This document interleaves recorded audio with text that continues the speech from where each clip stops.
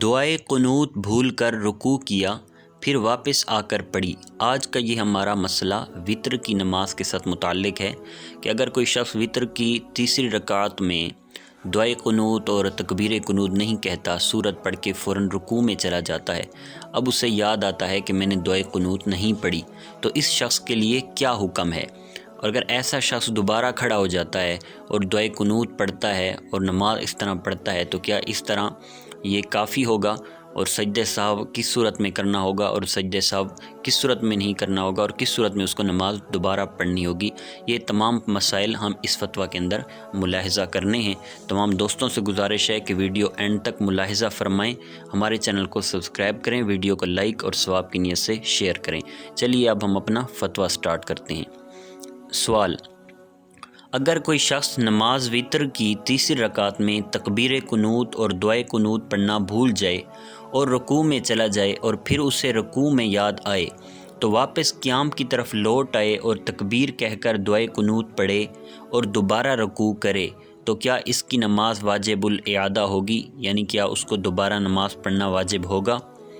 جواب: اگر کوئی شخص نماز وتر کی تیسری رکعت میں تکبیر قنوت اور دعائے قنوت پڑھنا بھول جائے اور رکوع میں چلا جائے تو اس کے لیے حکم ہے کہ وہ قنوت پڑھنے کے لیے قیام کی طرف نہ لوٹے بلکہ دعائے قنوت پڑھے بغیر نماز مکمل کرے اور آخر میں سجدہ سہو کرے۔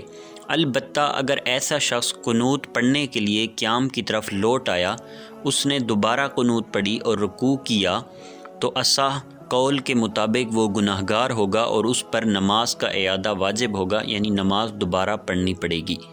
در مختار میں ہے یعنی اگر کوئی شخص قنوت پڑھنا بھول گیا پھر اسے رکوع میں یاد آیا تو دعائے قنوت کا محل فوت ہو جانے کی وجہ سے وہ رکوع میں دعائے قنوت نہیں پڑھ سکتا اور اصح قول کے مطابق قنوت پڑھنے کے لیے قیام کی طرف بھی نہیں لوٹ سکتا، کیونکہ اس میں واجب یعنی قنوت کی خاطر فرض یعنی رکوع کو چھوڑنا لازم آئے گا۔ لہٰذا اگر وہ قیام کی طرف لوٹا، قنوت پڑھی اور رکوع کا اعادہ نہ کیا تو اس کی نماز فاسد نہیں ہوگی، کیونکہ رکوع مکمل قرات کے بعد ادا ہو چکا ہے۔ اب وہ شخص قنوت پڑھے یا نہ پڑھے، بہر صورت سجدہ سہو کرے گا کہ قنوت اپنے محل سے فوت ہو چکی ہے۔ مذکورہ بالا عبارت کے تحت شیخ الاسلام والمسلمین امام اہل سنت امام احمد رضا خان علیہ رحمۃ الرحمن ارشاد فرماتے ہیں: میں کہتا ہوں کہ ماتن علیہ رحمہ کے اس قول اور اس نے رکوع کا اعادہ نہ کیا کا مطلب یہ ہے کہ قنوت پڑھنے کے لیے قیام کی طرف لوٹنے کے سبب رکوع فاسد نہیں ہوا۔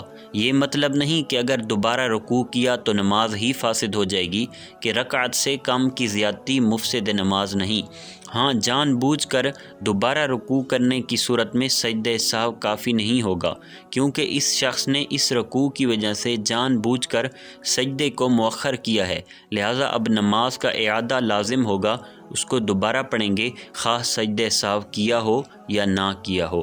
واللہ اعلم عز وجل ورسولہ اعلم صلی اللہ تعالی علیہ وسلم۔